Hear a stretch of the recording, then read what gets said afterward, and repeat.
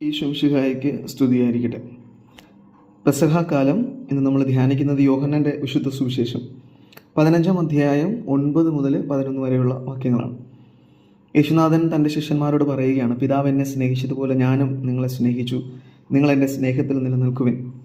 ഞാൻ എൻ്റെ പിതാവിൻ്റെ കൽപ്പനകൾ പാലിക്കുന്നത് പോലെ നിങ്ങളും എൻ്റെ കൽപ്പനകൾ പാലിച്ചാൽ നിങ്ങളുടെ സന്തോഷം പൂർണ്ണമാകും എന്ന് യേശുനാഥൻ പറയുകയാണ്.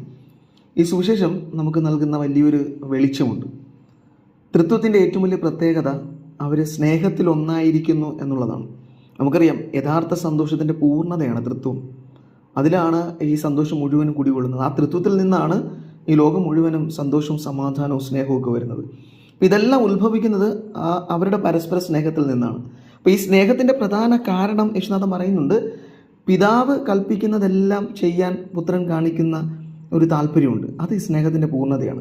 അതുകൊണ്ടാണ് പുത്രനിൽ പിതാവിൻ്റെ സ്നേഹം പൂർണ്ണമായി കുടികൊള്ളുന്നത്. ഇനി ആ സ്നേഹം തൻ്റെ ശിഷ്യന്മാരിലേക്ക് വരാൻ, അത് സന്തോഷമായി പൂർണ്ണത നേടാൻ അവരും ചെയ്യേണ്ടത് ഒരേ ഒരു കാര്യമാണ്, ക്രിസ്തുനാഥൻ ആഗ്രഹിക്കുന്നത് പോലെ ജീവിക്കുക, ക്രിസ്തുനാഥൻ്റെ കൽപ്പനകൾ പാലിക്കുക. അപ്പോൾ ഈ കൽപ്പനകൾ എന്ന് പറയുന്നത് വളരെ പ്രയാസകരമായ ചില കാര്യങ്ങളെക്കുറിച്ചല്ല ക്രിസ്തു പറയുന്നത്. ക്രിസ്തു നൽകിയ കൽപ്പന, ഈ യോഹന്നാൻ്റെ സുവിശേഷത്തിൽ നമുക്കറിയാം, അവൻ അവസാനമായി പറയുന്നത്, ഞാൻ നിങ്ങളെ സ്നേഹിച്ചതുപോലെ നിങ്ങളെ പരസ്പരം സ്നേഹിക്കുന്നു. ഇതാണ് കൽപ്പന.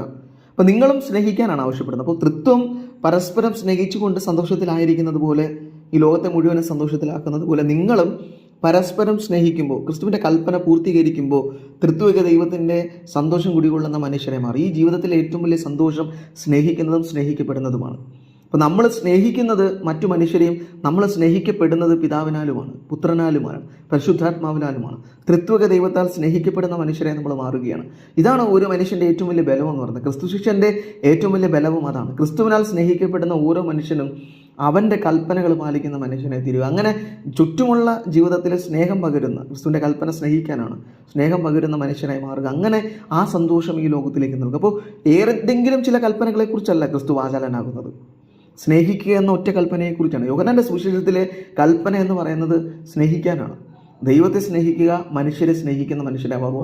അപ്പോഴാണ് ജീവിതത്തിലെ സന്തോഷം കുടികൊള്ളുന്നത്. അപ്പോൾ ഈ ലോകത്തിലെ ചില മതങ്ങൾ കൽപ്പിക്കുന്നത് പോലെയുള്ള കൽപ്പനകളെക്കുറിച്ചല്ല യേശുനാഥൻ പറയുന്നത്, സ്നേഹത്തിൻ്റെ കൽപ്പനയെക്കുറിച്ചാണ്.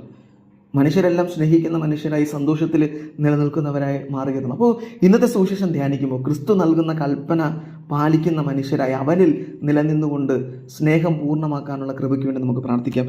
യേശുനാഥൻ അതിന് നമ്മെ അനുഗ്രഹിക്കട്ടെ. ആമേൻ.